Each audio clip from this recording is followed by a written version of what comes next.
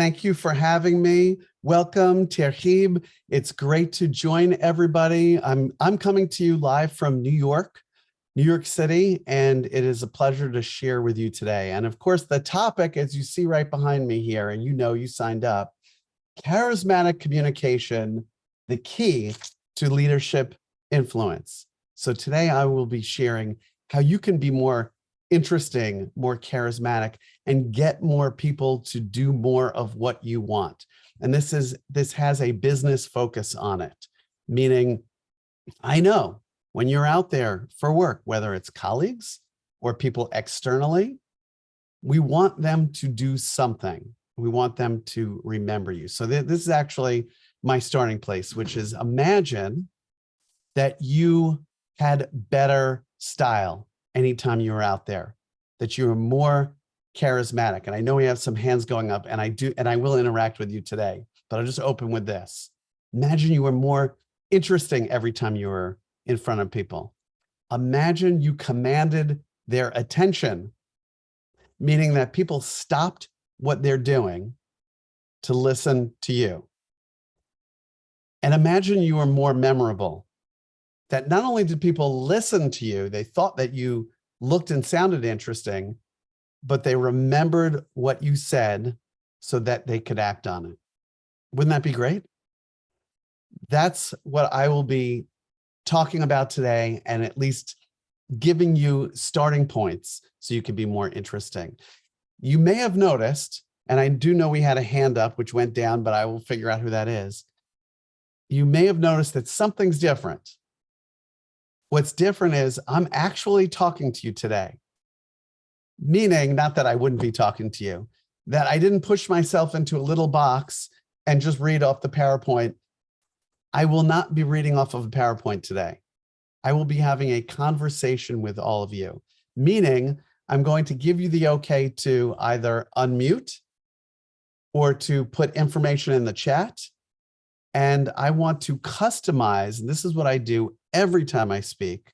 Of course, I have a plan, but I customize around the people who are joining. Now we had, I think it was Miriam who was raising her hand. Miriam, is there something that you're hoping you'd hear today, or maybe you were asking a technical question? You can unmute. And maybe Miriam accidentally clicked the hand up button. I don't know. Well, I'll let you put it in the chat if you have a question, and I'll make sure to monitor the chat and put that on the side. But it's an important thing. And Alanud, you have a thought, maybe you unmute. And of course, if I can see any of you, that would be wonderful as well, because it's always nice as two humans to be speaking together. Quick thought, their hand up. And maybe they had some technical questions, so you could put it in the chat. All right, so let's start. How can we be more charismatic? And what does that mean to have charisma? I'm going to ask my Siri, my assistant, what does charisma mean? And let's see what it says. What does charisma mean? And it showed up on here, and it says that it's a compelling attractiveness or charm that can inspire others to follow you or pay attention to you. And it even says here, the second choice here, a power or talent. So the power would be getting others to listen to what you say and to follow you. So the starting place is the style piece. And here's my first question for all of you paying attention. And my ask is that you put your answer in the chat. So click on the chat below, and here's the question. What is more important, style or substance when it comes to public speaking, or though I call it business speaking? So you can put an S for style, and actually they both have an S. So put style or substance in there for which one is more important. And I want to know, this is your only trick question today. I'm giving you an insight. It's your only trick question. And it's okay if you want to change your answer, but we're just having a little fun as we open it up. We have one for style, another for style. We have another one for substance. Anybody else? Put in there, style or substance, style or substance. Put it in the chat. And this way I can have a sense. What do you think is more important when it comes to public speaking, when it comes to sales presentations, when it comes to any kind of presentation? Style. Okay, a couple of people are starting to figure it out. Fatma and Dalal are starting to figure out. They're both important, and you can't have one without the other. I'll tell you why I asked it that way, because some of you are saying, Jess, why did you ask it that way? I asked it that way because we've heard that it's all about one thing, that it's all about style or how we move our body or the sound of our voice, or that it's saying something that it helps us to be more interesting or charismatic. And it has to be both. And Talib says, style depends on substance. Oh, interesting, Talib. We need to have both pieces. If I was all style today and I stood up on my chair and I sang the opening part of this introduction, a lot of style, it's a little strange in a business setting. If there was no substance, you would say a complete waste of time. What even happened if you don't get that takeaway? Here's the opposite. The opposite is, what if I was all substance, no style, and I just read off of a piece of paper, or you didn't even see me, or I just put my PowerPoint and I just read all my notes? We've all been to some of those meetings. In fact, we've maybe been the person reading off the PowerPoint. I'm intentionally ruining you for reading off of a PowerPoint. It's less interesting, and there's some better techniques. So if I only read off the PowerPoint, you might get some great substance, no style, nothing interesting. I'm not looking at you and trying to connect with you. Is this making sense? Who likes this? Put a Y in the chat. There's a reason why I'm asking you to put you can put an N in the chat. Maybe it's not helpful, but a Y, put a Y in the chat. There's a reason why I'm asking for that.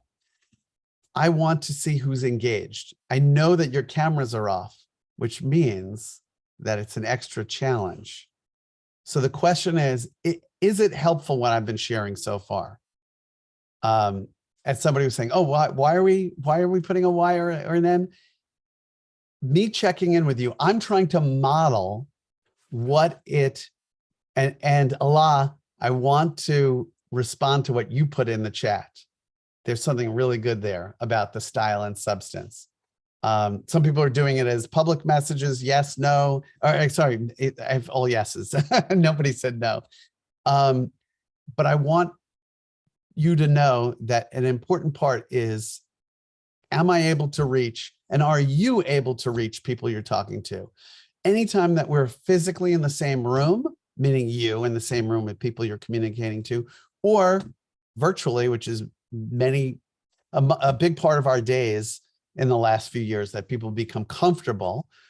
We need to engage people. We need to know they're paying attention. We need to know that they're not busy with something else saying, oh, what is happening?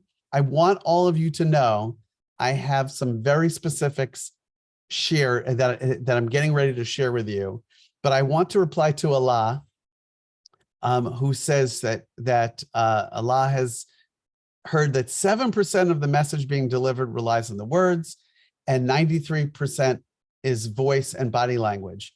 Now, I actually spoke to and interviewed the person who created that study in the 1970s, and it's close. Everybody has heard that. I used to teach that. And this person said, it really has to do with the impact that it's making on an audience. He was really trying to study how important body language is. But what he basically said is that people get it wrong, and they say you should only focus, your 93% is body language.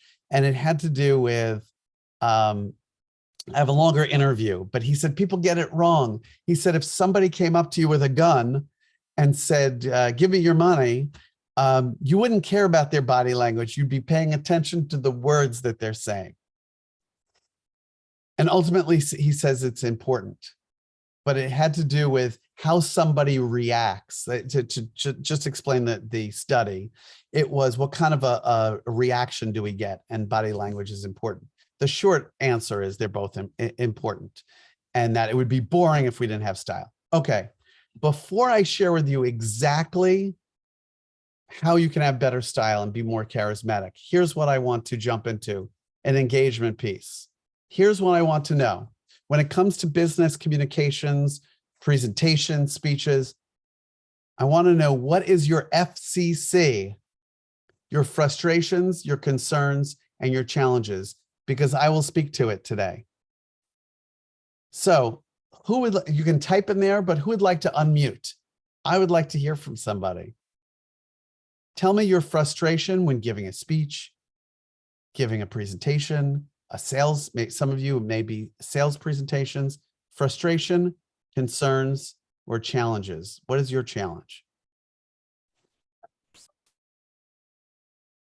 Somebody unmuted. Hello, good evening. Good evening. Ali, please yes. share. Thank you.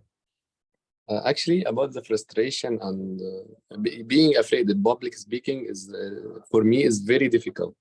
And maybe a concern that maybe someone ask me a question and I cannot answer.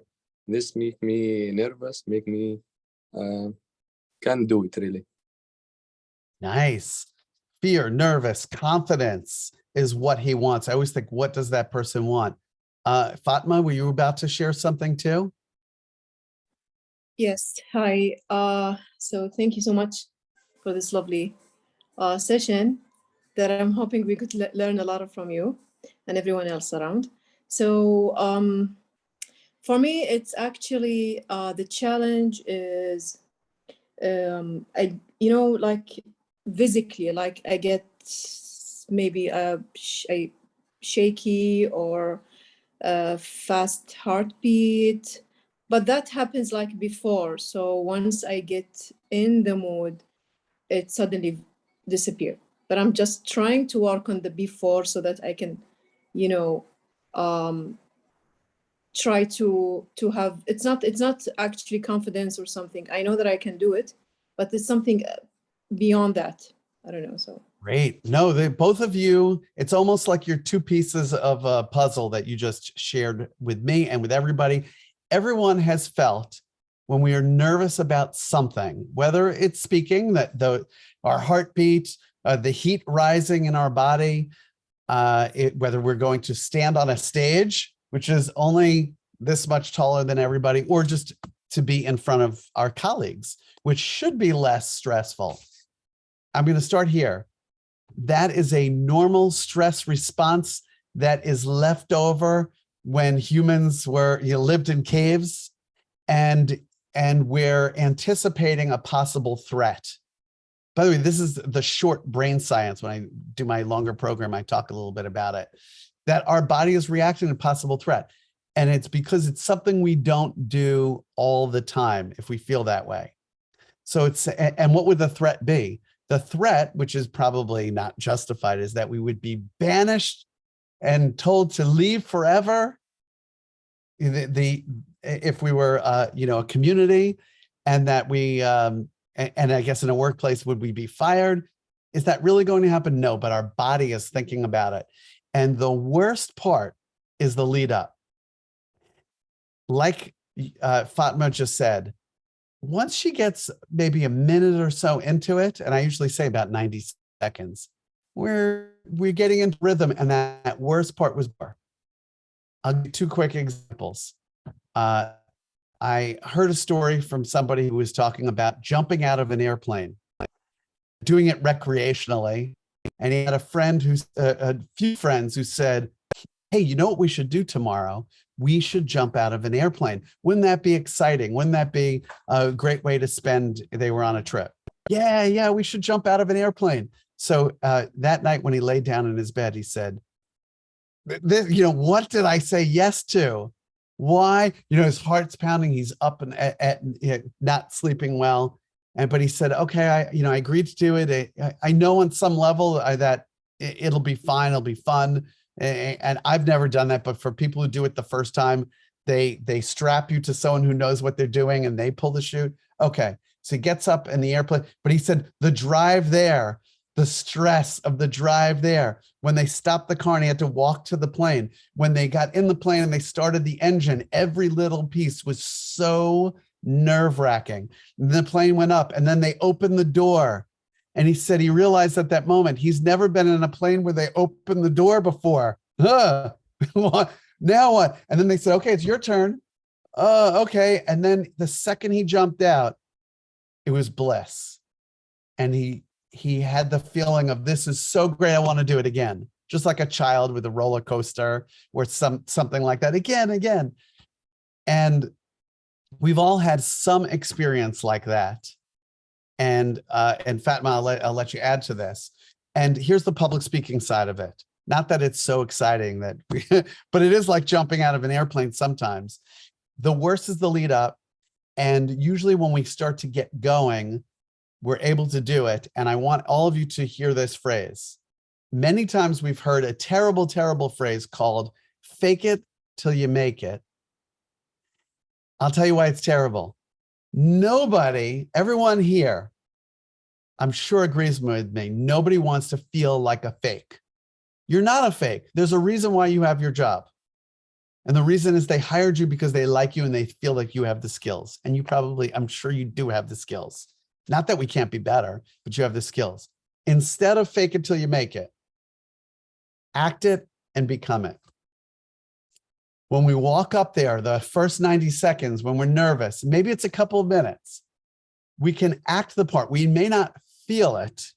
We can act the part. And if we act the part, we get credit for it. And people say, wow, you were so calm and comfortable. In fact, I bet if I ask people, put it in the chat, yes, if you've had this ever happen, that you've finished giving a speech or a presentation and people said, wow, you really seemed calm and comfortable or together. And your answer was, really? Was it? It's not how I felt. But if we acted and we look the part, we get credit for it. And a few people are chiming in. Allah says, yes.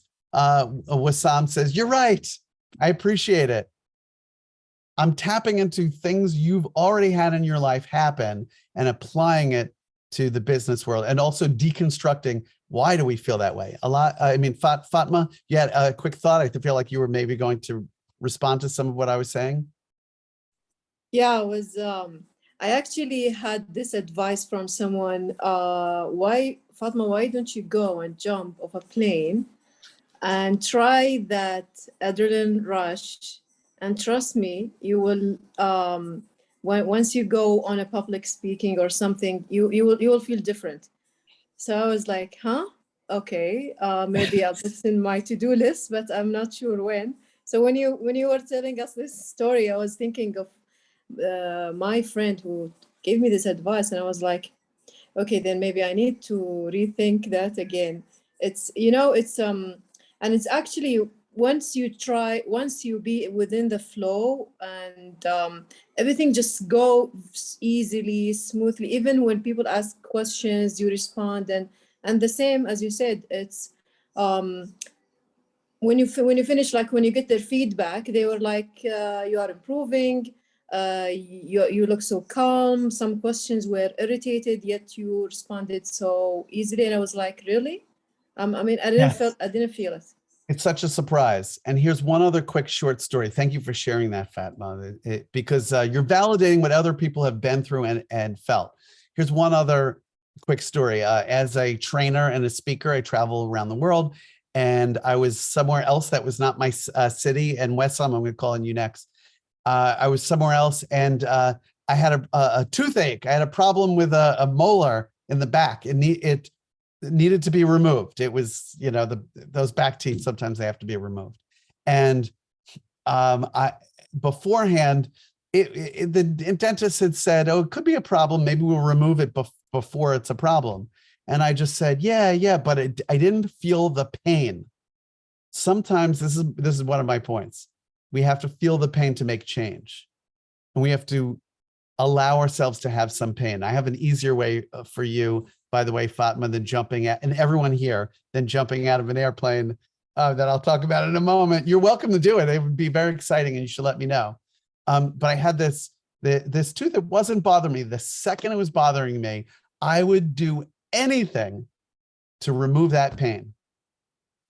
And these are the people, just think about this idea of pain, and the pain that you're helping to remove for the people that you serve, and the pains that motivate us to do something or not do something.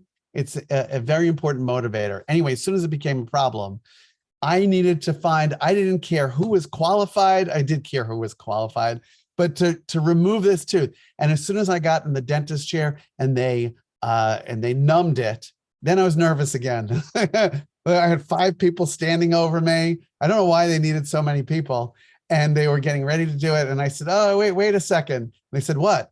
And I just said, I need a moment. I don't know. I was trying to take it in, and they said, just let us do what we need to do. Okay. As soon as that pain went away, I wasn't willing to deal with it. It's almost the same with the pain of, or avoiding pain. I'm planting seeds for points I'm making today. The people you speak to want to avoid pain, and you want to avoid pain in your life too. So it's the other side of that equation. So what I'm sharing with you today is to help you avoid the pain of feeling those feelings. And I'm going to answer it before we get to whoever had their hand up just a second ago, because their box moved, so I can't see it in Zoom. But here's what I do usually in a full day workshop. Better than jumping out of a plane is to practice and be recorded. And you'd say, oh, that sounds worse than jumping out of an airplane. It's actually not worse, because in a practice situation, practice is when we should make mistakes, when we should not be perfect. In fact, we're humans. We're not perfect anyway. So we should actually, anytime we're not perfect in front of people, and by the way, today I will do something that's not perfect. Maybe I've already done something that you said, that's not what speakers should do. Okay. But it also makes me more real and more human. And the more I keep my focus on how I can serve all of you, which is why I'm asking these questions, the better it will be. And the better you will be. I'm trying to model today what you should do when you're in front of people, which is to be more human, to be okay with not being perfect, be focusing on solving. I asked you your FCC, your frustrations, your concerns, and your challenges. Let's see here. Wessam was the person who was there. There she is. Wessam, what is it? Hello, good evening, Jess. Good evening to everyone here. Yeah, and I just wanted to share an experience that I had long time ago, because you've asked a question like, how did you guys feel when you first gave your speech or your workshop? I remember someone gave me an advice, and it was not to look into people's eyes. So just look at their forehead and be well prepared. And as you just said now, practice. I used to gather the whole family and try this workshop ahead of time with them. And then the second day, I'll gather all my friends in the coffee shop, and then we'll go into the library, just book a meeting room, and then I'll try there. And another thing also that I tried, which I really loved, and I felt that it's really nice, where you get those cards, like motivating cards, and you just give it around in order not just to remove the focus from you and, shed the light on other people. So I used to give those cards around and then make them read them and get something out of it, where you just feel released out of this. You just feel like, you're communicating with people around, and, you just feel like you're released. You're not so much tensed. And then from that, you just go forward and you feel better. Definitely. You still use those 2 techniques. I have a lot that I want to share on that for everybody, of what I think works, what I think doesn't work, or what has worked, I think, for you. Do you still use those 2 techniques?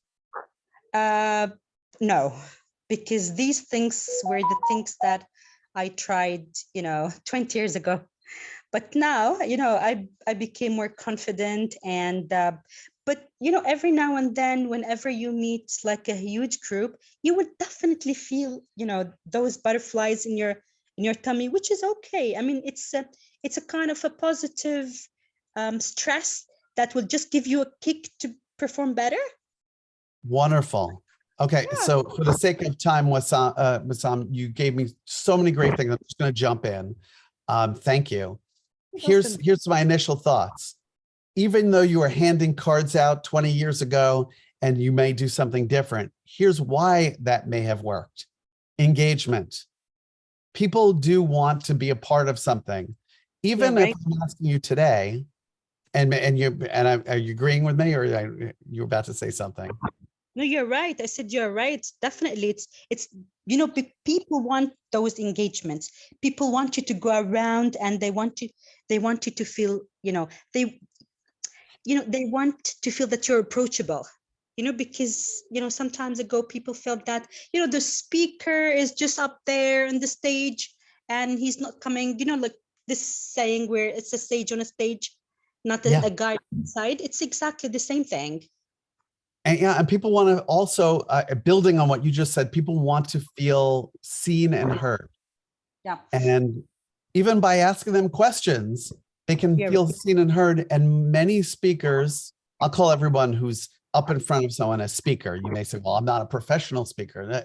If you have to speak for work, I call it business speaking. That's what I call it. Not public speaking, business speaking. Business speaking is when you're in front of your colleagues or external people and somebody says, yes, share what's going on right now. And then you have to maybe think on the spot, or maybe you were thinking the day before or leading up to it, but it's when it counts. And I want to just respond to your point. So engagement, big piece. And the question for everyone today is, how can you better engage people that you speak to, whether it's virtual or it's in person? And we've all heard, but Jess, you need to have better listening skills. Yes, you're allowing them to talk. It's a back and forth. It's never just one way. And I know the old idea was that you're giving this speech, and this is now I'm going to get to some of the style pieces. And I'll probably ask you all one more question before I really get into the body language right now, or right around the halfway point. Is people have heard to look over their heads or look at the ceiling. How about if I do the rest of this workshop and I'm looking over here? Actually, this is great for me. I could put my notes up here, or actually if I do this the rest of the time, this is also great for me. Isn't it terrible for you? If I'm not looking at you, I see people, I see Fatma smiling, and I know some of you have your cameras off. But it's not good for you. It's terrible. It's boring. If I do this the whole time, or like I said, I'm going to surprise you. I'm not reading off a PowerPoint today. I'm talking to you. I'm interacting with you. This is a conversation. Speeches and presentations should feel like a conversation, even if you're walking in there and you have an agenda. I've had it where I go through I'm working through my agenda, then I stop and I say, any questions? Does anybody have a problem or want me to go deeper on something? And people said, no, keep talking. Okay, good. Even that short little moment of people saying you're right on track is important. And it's just as important if one person says, I'm lost. If somebody said I'm lost, I need to stop and slow down, because the other people might be lost. Maybe they didn't say. Here's what but in a moment I'm going to ask, well, I'll just ask you now. But anyone who is listening right now, put in one pain. If you didn't unmute, put one pain in the chat. One pain when it comes to speaking, something I can mention or speak to today, but one pain you've dealt with in either public speaking situations, and upcoming, by the way, the longer workshop that I'll be doing and coming to Saudi Arabia, I'm excited, is a full day on business presentations, a full day on media presentations, as well as virtual presentations. Anytime you're speaking to the media or speaking virtually, and a third one on sales. Maybe while you're putting your, in the chat, put in your one pain that I can speak to, and I'll put this up and at least put this on the screen so that at least you can see it. It's a good way of using time right now, so you see that on there, but type in, I want to hear some other pains. And the point is, eyes, where should you put your eyes? You should look at human beings in their eyes while you're delivering information. And for a moment, and then a moment, look at this person, and then a moment, this person. And if you're speaking virtually, well, then you should look into the camera. You can share with them. So it's important for you to, and while share more of what you're mentioning as one of your pains. All right, so let me go into this. How can you have great body language? How can you look great? I said you have to have style and substance. All right, so there's only 3 areas of body language that you need to be great in front of people. Right now, I'm going to move one of those areas of my body language. I'm only moving that area, so it's only partly interesting. And you should allow this part to move when you're either in front of people or on camera. Okay, everybody, what am I moving?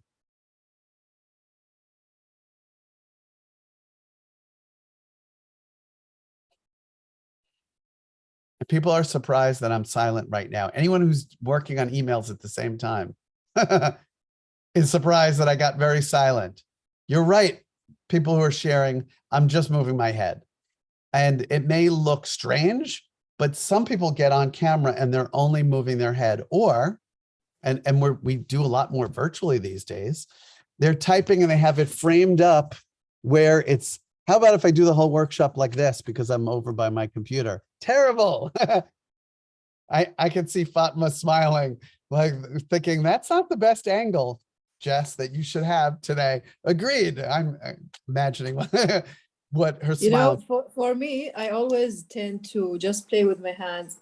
And then I do like this. And then when I focus on my camera, I was like this. And oh my God, no, I need to be like this. So this is my issue, my hands. Good. Well, I'm going to get to that in a moment. So we have a head, and now we want to allow the second of the 3 parts to move. Yes, I'm exaggerating it a little bit right now. I'm moving this other part of my body. So yes, I'm moving my hands, but what else am I moving? I moved my head, and you were also seeing what part move. Put it either in the chat or unmute.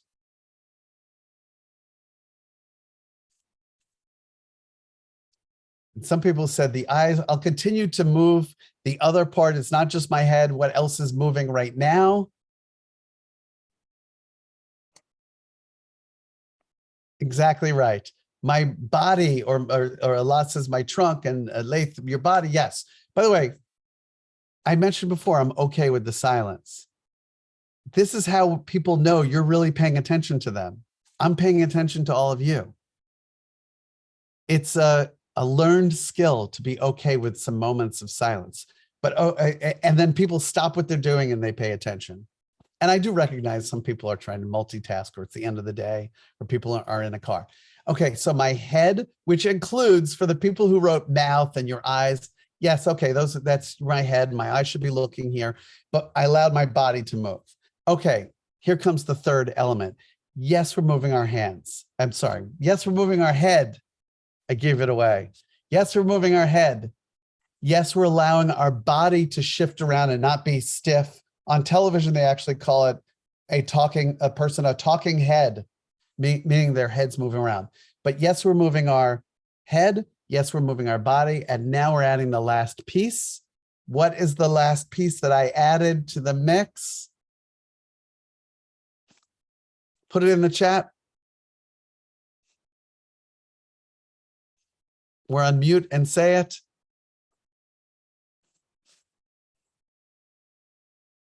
And you're exactly right. People are starting to type hands. Okay, head, hands, body. Yes, Miriam, exactly right. Laith, great. I'm saying their names because I want people to know I'm paying attention to you. Head, hands, body. If you do that, I'm doing it this whole conversation that we're having. I'm not calling it a webinar. I'm not calling it a speech. Is it? Yeah, it's a speech webinar. It's a conversation that we're having. Head, hands, body. You look more interesting. You look more charismatic. People pay attention. And sometimes people frame it. Have you ever seen it where people frame their head in the middle? Maybe all of you do that, which is not the best framing. So when I go deeper in the workshop on being on camera, this is less interesting. But when we can see, just like in person, someone's head, hands, body, they already look more interesting. And of course, you have to have substance and something to say. Here's one extra piece for virtual presentations. If your hands are too close to the camera, your hands are so big, they're enormous. So bring it back and have it over here in the middle of your body so that people will see your head, your hands, your body. And the next question I usually get, feel free to ask any other questions in the chat right now, is Jess, what hand gestures should I use? And I always say, you're overthinking it. You're thinking too much about this. Just allow your hands to move, allow your body language to be out there so you're more interesting. Look at the camera if we're on a virtual chat instead of down below. Okay, head, hands, body. Here's one other thing. Who would like to have the camera not add 5 kilograms? Have you ever heard that? You know, the camera adds weight and like, oh, I don't know if I like how I look. You have to put yes in the chat for me to share this, or I won't, or I'll just move on to the next thing. Who would like to have the camera not add 5 kilograms? And I'm coming to you from the United States. We always say 10 pounds. we have the worst. We should be using the metric system. A couple of one person, anybody else who wants to not have the camera add 5 kilograms? Lamia put the emoji, she's crying, like, oh, I don't want, okay, a few more coming in. Fatma says, oh, it's okay, I'm all right with it. Okay, let me show you. So what's closest to the camera is largest, what's furthest away is smallest. If I did this whole workshop sitting in my seat, my head is smaller and this area is closer and it's bigger. And then my shirt bunches up too, and that doesn't look, I'm highlighting for some reason, just the part that is not where the information is coming from. It's not anybody's goal to do that, but we sit in the back of a chair because that's how chairs were designed. When they designed chairs, they didn't think of being on camera. So we don't want to sit forward. We don't want to sit on the back of our chair. We actually want to sit 15 degrees forward. So here I am on the back of my chair. Here I am straight up. It's a little bit too stiff. Hi, I'm a talking head now again. And here I am 15 degrees forward. I'll turn a little bit this way. I'll just put the camera back the way I had it. This is a little bit bigger. This is a little bit smaller. And it helps us to feel better. And this is a big word that people use when I say, is it better to look calm and comfortable or feel calm and comfortable? It's another question. It's not a trick question. If you look the part, you get credit for it. And of course, we want to feel better. And to answer the question that I got in the very beginning from a couple of our people basically talking about this, some of it is the practice. Some of it is realizing that first 90 seconds will be a little bit more difficult and deciding what we should do in those first 90 seconds. Before I ask you all some more questions, and I want to pull some more pains out, I want to talk about the 4 cornerstones. By the way, this is what I'm using. Instead of a PowerPoint, I could have said the 4 most important levels of being a great speaker, but I'm using my hand instead of a PowerPoint because we can do that. We can make it just a little bit different. These are the 4 levels of being a great speaker. Number 1, people need to understand what you say.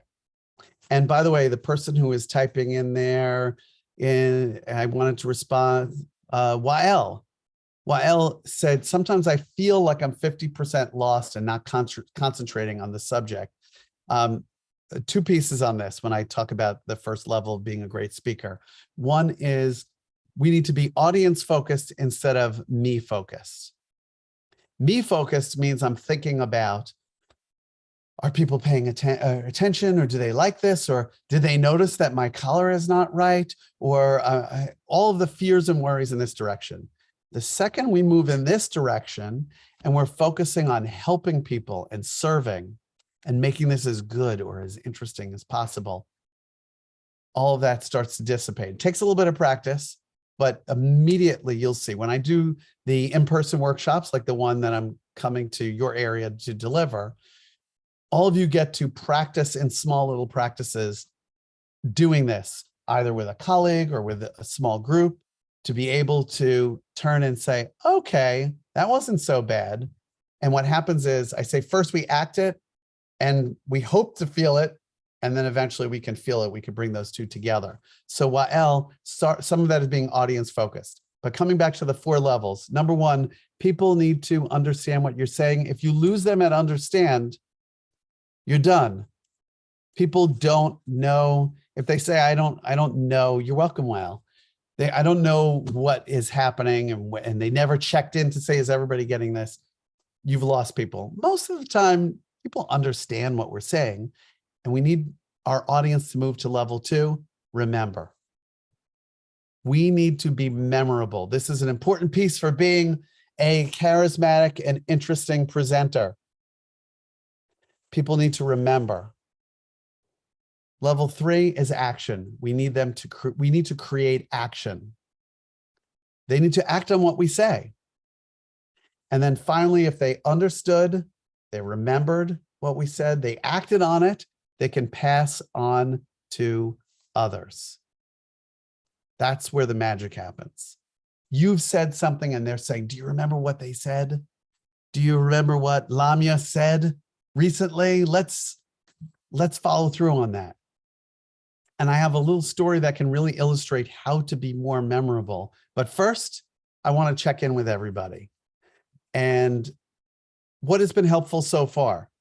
I want to find out what's been helpful and answer a few more of your pains. You can unmute or you can put it in the chat. What's been helpful? Maybe you took some notes. Maybe it's acted and become it. You can put that, I'm going to let you put that in the chat. And I'm going to tell a quick little story. I worked with an oil company CEO. And actually he was working with my business partner. He flew to New York and they were working on one of the workshops like the one I plan to deliver. And it was on the break. So I came out and I said, how's it going? And he said, good, good. I said, what are you working on? And he said, it's just a little safety speech. And I said, okay, a safety speech. If the people you talk to don't remember what you say, what could happen? And he said, oh, well, I mean, people could lose fingers or, limbs. I mean, they're working on pipelines. Okay, and what else? He said, well, I mean, there could be an explosion and, that could lead to loss of life. And, obviously then it could affect our stock price and not to mention the media fallout. The media would come calling. Now I see sweat on this person's forehead. And I said, so not really just a little safety speech? And he said, no. And I said, if anybody understands that people need to understand, remember, act on, and pass on to others, it's the people that you talk to, and it's you obviously delivering this. So he said, yes. And then I said, okay, good luck, as he was working with my business partner. All of us need to do that. All of us need to connect with people in a better way. Be audience focused. Actually, we've probably covered 15 main points, and I'll summarize them in just a little while. But being memorable, one way to be memorable, tell a story. Take someone there visually. A big part of my workshops is storytelling. And it's not like a story you're telling to children. It's you talking about things that you've done work-related, or even, I told a story earlier. I told 2 stories. It's about somebody jumping out of an airplane, not me. And we had people in the group here relating to it. Fatma was relating to it. I talked about having a tooth. The pain was there. So I wanted to solve a problem. And as soon as the pain was there, I wanted to put off solving a problem.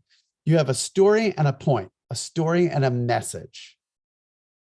And And I see in here, narrative is not always an easy skill, but can be learned. Yes, it can be learned. It absolutely can be. All of these techniques can be learned easily, I think. Everyone who's gone through my workshops has said that when it's explained to them, they intellectually get it, but when they get to practice it with guided, focused practice and get feedback from colleagues who said, you know, I really liked when you did this, this, and this. You looked so confident. So for the first couple of people who were talking about that fear, that nervousness, the next time you speak, my challenge to you is to look the part and see what happens next. Our brain, we can trick our own brains to believe that we're a little bit more confident. And guess what? We start to become that. It's the act it and become it. So tell stories, and an important ingredient of every story is a point or a message. And if people will remember your stories if they're visual. When I told the story about somebody else jumping out of an airplane, you saw it. When that person said the door opened and he realized, I've never been in an airplane where the door was open before. We had visuals, we had dialogue, we can see the setting. We knew he was up there with friends. We could see the characters in the story. And that was a short story. When I talked about the oil pipeline CEO, there were two characters. You knew the setting was he came to New York to work with me personally or to work with my business partner, and we were chatting on a break. You can kind of see it. So for you, all of you, the challenge is for you to try and take next steps and to use stories more often.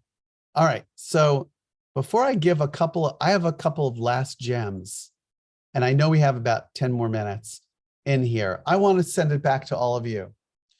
What can I share that would make the biggest difference right now? What can I speak to that would make a difference for all of you with what I've already shared? You can either put it in the chat or you can unmute. This is your moment. What is a pain, a frustration, a concern, a challenge, the FCC? What is a challenge that you deal with that I can speak to today? This is your moment. And I'll call some of the people and you can you can decide. We have Medhat, Razan, Huda, Lamia, Nedhi. Right now, some people are saying, oh, and it's my way of just saying, I know that you're here. I know that we have distractions. Saeed is here. Wafa, Razan. What are your challenges? Ali says stress management. A great one. So I'll start talking about that, which is when we go into a speaking situation or any of these situations, a media situation, a sales situation, these are the three programs that I talk about, and public speaking, business speaking. We have that stress. I gave you a few of the tools today. One is preparing yourself. One is act it and become it. Here's a third one, eliminate the unknown. We will never be able to figure out every question that we may ever get asked. In fact, it's a waste of time to come up with every question, but we can come up with the most basic questions we expect to get asked. And we should encourage questions, and we should be the guide. Go in there saying, I will approach this as the guide. And you may say, Jess, I don't feel like the guide yet. Some of you who I've worked with, I mean, people in your region or people who are like you in other companies have said to me, I may have just gotten this job. I'm not the guide. So sometimes you can share, you can say, well, I only have this position for a month. I have been setting up, and I'll use that to my advantage. It's the benefits to the audience. Anyone who's ever taken a sales course, we want the benefits to the audience. And the benefit, if you said, the fact that I've only been here a month means I have fresh eyes when I look at these numbers and this data. We always want it to be a benefit to the audience. Remember I said audience-centered? You want everybody to know that your focus is on them. Westham says, I sometimes ask questions for the audience to connect the ideas to the world. Yeah, and connecting you to everybody who's there. We said earlier, people want to feel seen and heard, and they also want to contribute. Sometimes somebody, as some of the people in this group, have had something great to contribute. Why would we want to stop that? Guess who gets the credit in the end? You get the credit as the speaker because you were the person who was facilitating this session. And by the way, I even said to one of the people in the group, I said, this was great. For the sake of time, let me jump in and talk, which is a polite way of just saying, I'm really watching time. I'm paying attention for all of you the time, because we should probably only have, I don't know, a minute, 90 seconds for going back and forth. And if it gets too long, then other people might lose interest. And of course, in a situation like this, we have the chat where people can go back and they can be able to chat. By the way, I want to at least put this on the screen for another minute. I'll put it up at the end.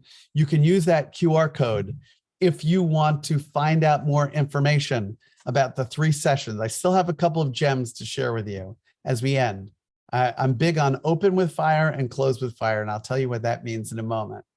But if you think one or all of these sessions would be great, obviously you can respond on the email that brought you here today, but you can use your phone and your QR code to find out a little bit more.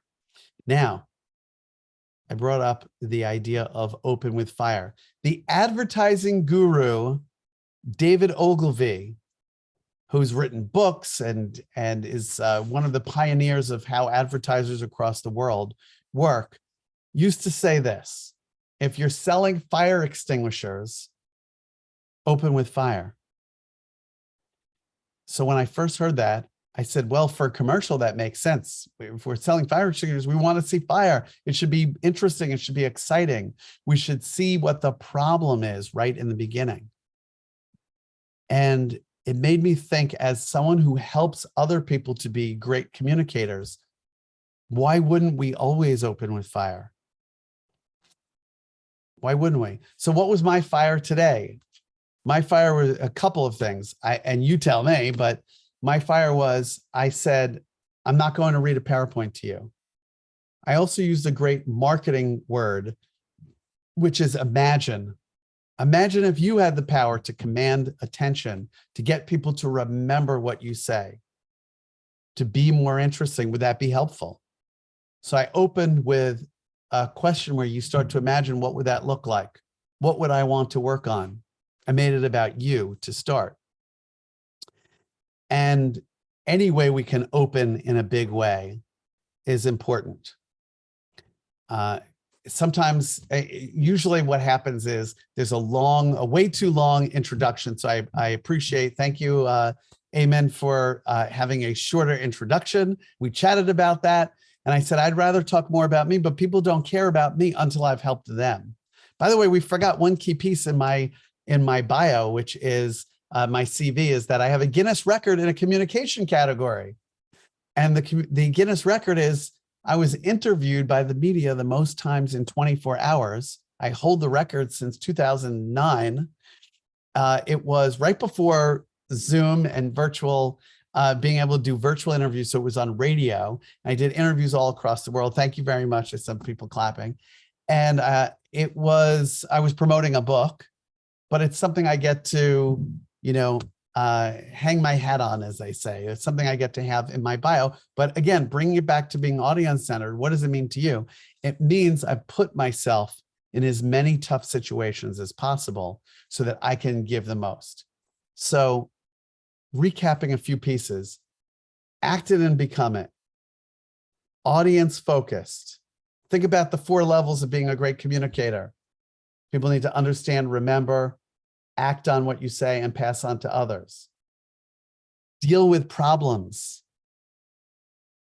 Be thinking about, how can I solve problems? You may start a presentation, you may find out your audience has different problems than you expected, and you should be willing to change up what you say. And this is a big part of the workshops that are coming up. You should be willing to change up what it is that you say so that you can better help people. So with that, and ending exactly on time to the minute, to the second, I want to thank all of you very much for being here today. Shukran lek. By the way, one of my favorite parts of traveling around the world is to get to, I know that was an easy one from, but to learn languages, meet people, enjoy spending time. So I look forward to meeting many of you, hearing more about you, your life. What is your life like? And I say that because it helps me to help you to be a better communicator. So I'm happy to stay a little extra if people have last questions, but I'll draw the line in the sand to be a good speaker and to end on time. Thank you so much. Thank you for being here. Thank you, Aymen, for including me in your speaker bureau and putting people out there like me. It's been a pleasure. Thank you, Jess, for this very interesting webinar. Thank you for all attendees. Also, we have upcoming webinar. Just if you could share the another slide.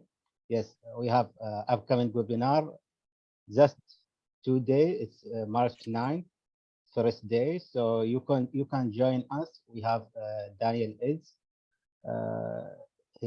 He will speak about high impact organizational culture, and in 1 hour. So we hope to join us. Anyone have any question, please ask Jess, and I will share the registration link in the chat.